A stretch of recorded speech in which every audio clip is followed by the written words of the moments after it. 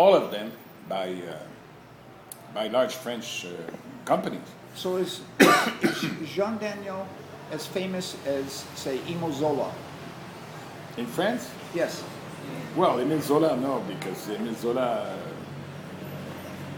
was a writer of books, of good novels, and Jean Daniel is no Victor Hugo. Yeah. But suddenly it was a big name. It was a big name. Sort of like Yeah. Emile Zola. If somebody would follow the news, would read about the big events of that moment, they would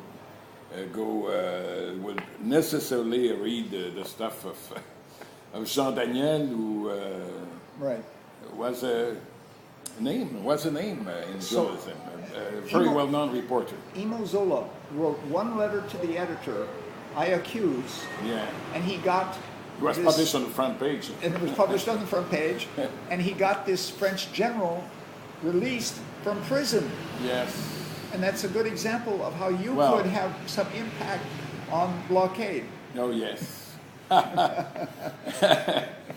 Well, I'll write to the New York Times, so they published my letter in the front page, claiming that the U.S. are wrong and they should put an end to the blockade.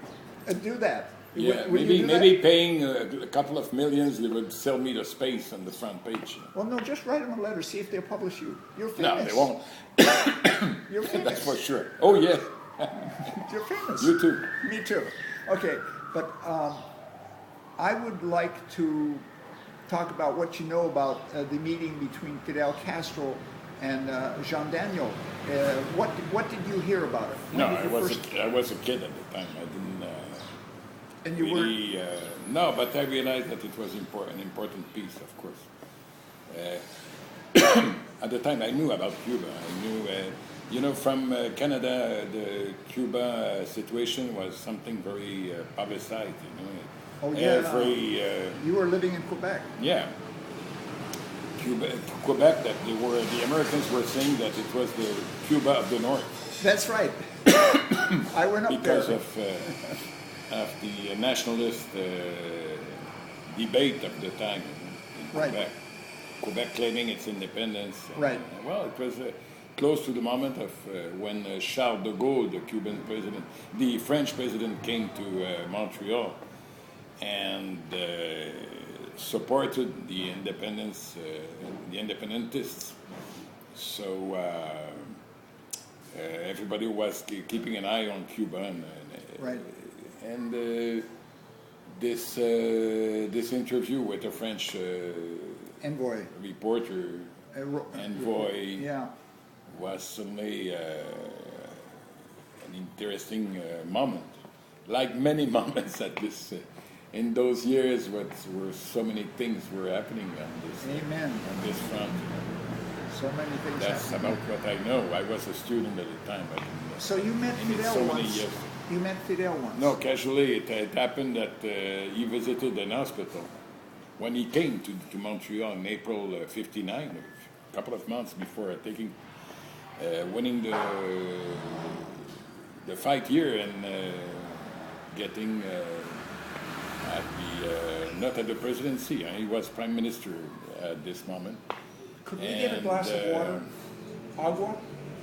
Un vaso de agua. And Fidel came to Montreal for a one-day visit after going to New York City. And as in his visit, they bring him to a pediatric hospital that was just in front of the college where it was. So the kids, the bad kids of the Jesuit college, we managed to go under the fence and go to the entrance of this hospital that was just beside. And you met And Fidel. the person that there was a motorcade and everything. And the person that came out of the hospital was wearing a beard and accompanied by guerrilla fighters that were in the mountains 3 months before. No, that's for me. Yeah, your No, throat. that's okay, yeah, You're yeah. having a cough. Could we get one more? Agua too? Otro vaso de agua, ¿se puede? ¿Y ahora para mí? So, you read about this meeting between Fidel and Jean Daniel when you were living in Montreal? Yeah, but it's so many years ago. You know. Okay. So many years ago. But it was quoted a couple of times after. It's a very famous interview.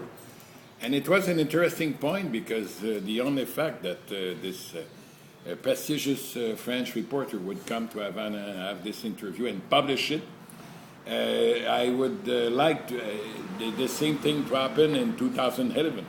Yes. A prestigious French newspaperman coming to Havana and publish exactly what Fidel Castro would say to him. Say to Obama, President Obama? Yeah, say to Obama or Thank you, sir. whatever. Thank you very much. But it's very hard that it happens. The American press don't publish a complete sentence of Fidel Castro or Raúl Castro, of any Cuban spokesman, without commenting it on the next paragraph. You know, Right. Trying to destroy what the person said. So Right. it's very Well, hypothetical. You're a famous French journalist.